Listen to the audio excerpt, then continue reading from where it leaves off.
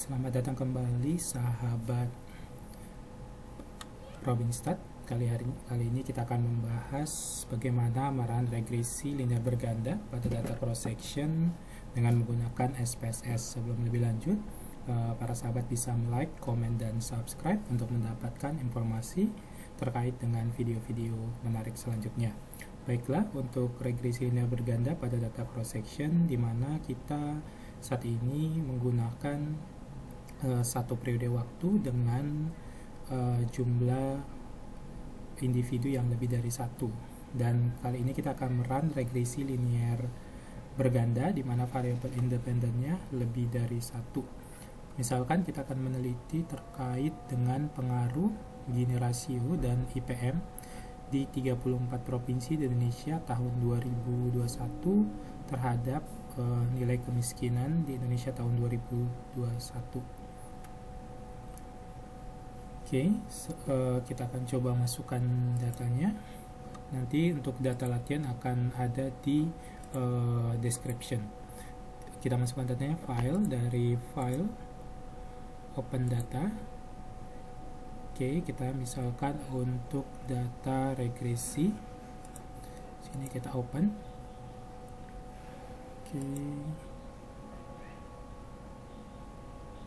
Ya, datanya sudah masuk di sini ya. Kemudian kita akan merun. Caranya analyze, kemudian pilih regresi, kemudian pilih linear. Nah, kemudian variabel dependennya adalah tingkat kemiskinan, variabel independennya adalah Gini rasio dan IPM. Di sini untuk klik statistik. Nah, di sini ada uji kolinialitas. Ya, diharapkan VIF-nya kurang dari 10. Kemudian Durbin-Watson ketika menggunakan variabel independennya, kalau variabel independennya di sini kalau variabel yang kita gunakan adalah data time series, tapi kalau datanya cross section sebenarnya tidak perlu diuji. Continue, kemudian klik plot. Pada Y pilih Z predict, pada X pilih S recit. Ini untuk uji heterokedastis, diharapkan polanya bersifat acak. Kemudian pilih normality PP plot, ini untuk melihat asumsi normalitas. Kemudian pilih save, kita pilih residual unstandardized, ini akan digunakan untuk pengujian normalitas menggunakan Kolmogorov-Smirnov. Continue, kemudian klik OK.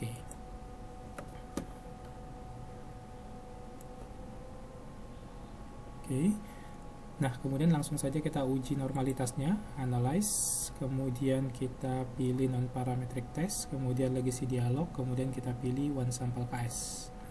Kita masukkan yang mau diuji, nilai tadi residualnya dengan pengujian normal, gitu ya. Kita oke kan? Nah, sekarang kita baca satu persatu.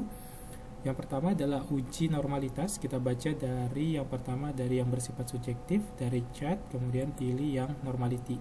PP plot terlihat di sini, residual berada di sekitar garis Y sama dengan X, artinya residualnya bersifat normal atau pakai Kolmogorov-Smirnov. H0-nya normal, H1-nya tidak normal. Dilihat signifikansinya 0,2, artinya dia lebih besar dari 0,05, artinya dia tidak tolak H0 atau normal. Kemudian nilai untuk hetero dilihat dari scatter plotnya. Di sini scatter plotnya bersifat acak, artinya dia bebas hetero, karena H0-nya tidak hetero, H1-nya dia hetero. Kemudian untuk uji multicol bisa dilihat dari nilai VIF di tabel koefisien, kemudian di kolom collinearity VIF-nya kurang dari 10, artinya bebas dari multicol. Nah, selanjutnya untuk uji goodness of fit terdiri dari 3. Yang pertama adalah uji koefisien determinasi. Di sini ada tabel summary. Nah, di sini dapat dilihat nilai adjusted R-square sebesar 60,3, artinya variabel si kemiskinan dapat dijelaskan oleh Gini dan IPM sebesar 60,3%, sisanya 29,7% oleh variabel lain di luar model. Kemudian uji simultannya dilihat dari tabel ANOVA, kemudian lihat sig-nya kurang dari 0,05, artinya bahwa secara bersama-sama Gini dan IPM mempengaruhi kemiskinan atau modelnya fit. Kemudian uji parsial dilihat dari tabel koefisien, dilihat per masing-masing. Nah, untuk sig di sini, signya baik untuk Gini dan IPM semuanya lebih kecil dari 0,05, artinya bahwa nilai Gini berpengaruh signifikan, tandanya positif, berarti peningkatan Gini akan meningkatkan kemiskinan, sementara IPM tandanya negatif, artinya peningkatan IPM akan menurunkan kemiskinan. Dengan persamaan regresi, 63 kemiskinan 63,2 ditambah dengan 5,5 Gini dikurang minus atau dikurang 1,01 IPM.